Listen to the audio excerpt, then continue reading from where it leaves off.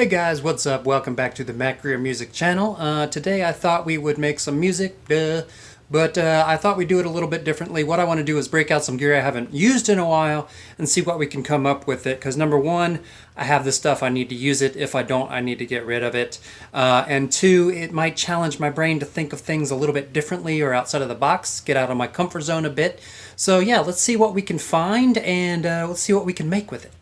Alright, so we're going to go into this closet, which is just a complete wreck right now, but we're going to try to find some gear.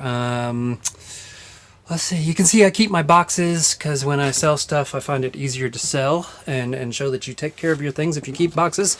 But that's not really the point of this right now. Let's see if we can find some gear here that I think would be good to use. Yeah, so I see a Roland TB3 back here.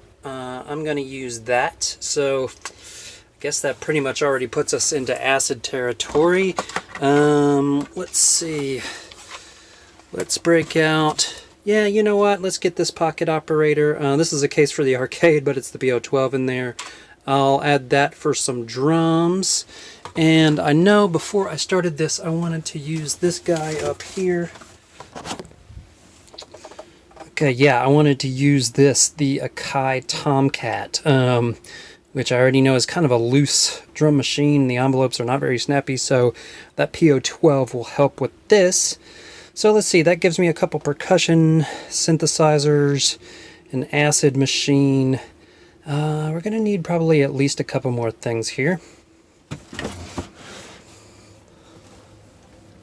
Let's see, let's get the Monotron. Even if I don't use the synth voice, I can always run things through the filter, which is fun.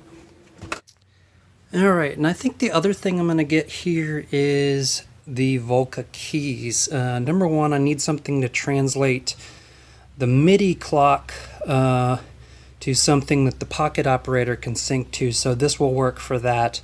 And also I needed another synth voice anyway, so yeah, Volca keys. I'm going to need a mixer, so this Behringer 1002B should work just fine. Got a couple stereo channels, a few mono channels, and some FX sends. Speaking of effects, let's see what we can find. Alright, so for effects you really can't go wrong with a reverb and a delay, so we'll use this Ibanez Echo Shifter for delay and this TC Electronics Hall of Fame for reverb. Alright, so here's our selection of gear here. We've got essentially 2 drum machines, 2 synths, 2 pedals, 1 mixer, and then we've got the Monotron, which I guess is a synth too, but I'm going to use it probably as a filter, probably on the PO12, but we'll see. We may not use it at all. So anyway, now I got to get my audio cables, my power cables, and my MIDI cables, and we'll connect all this stuff together. Alright, so we've got everything powered on, we've got the audio routed, we've got MIDI connected. I think this thing is just about ready to go. But first off, let's zero out our board. Make sure all of our effect sends are turned down. Make sure all of our EQs are set to the center, all of our pans, all of our faders down. I try to start every new project like that. Okay, we're all set up here. Let's do a jam real quick.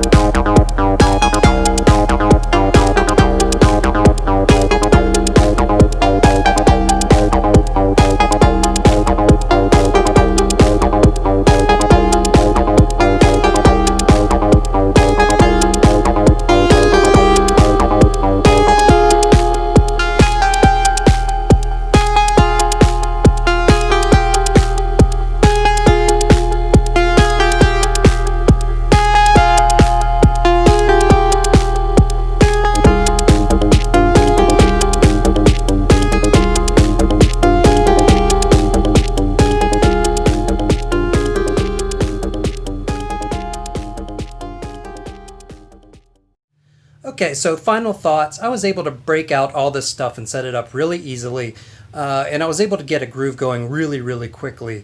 All of these instruments are more or less groove instruments. They're very pattern-based, and they do that very, very well.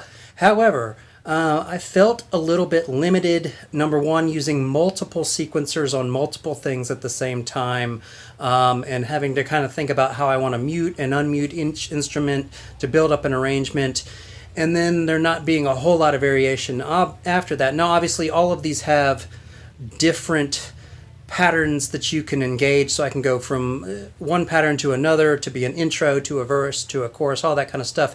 But it seems kind of fiddly, especially trying to do it on multiple machines. So at the end of the day, I probably won't do this sort of hardware DAWless jam kind of thing very often anymore, just because I think it's a lot easier to do this sort of thing in a singular device now.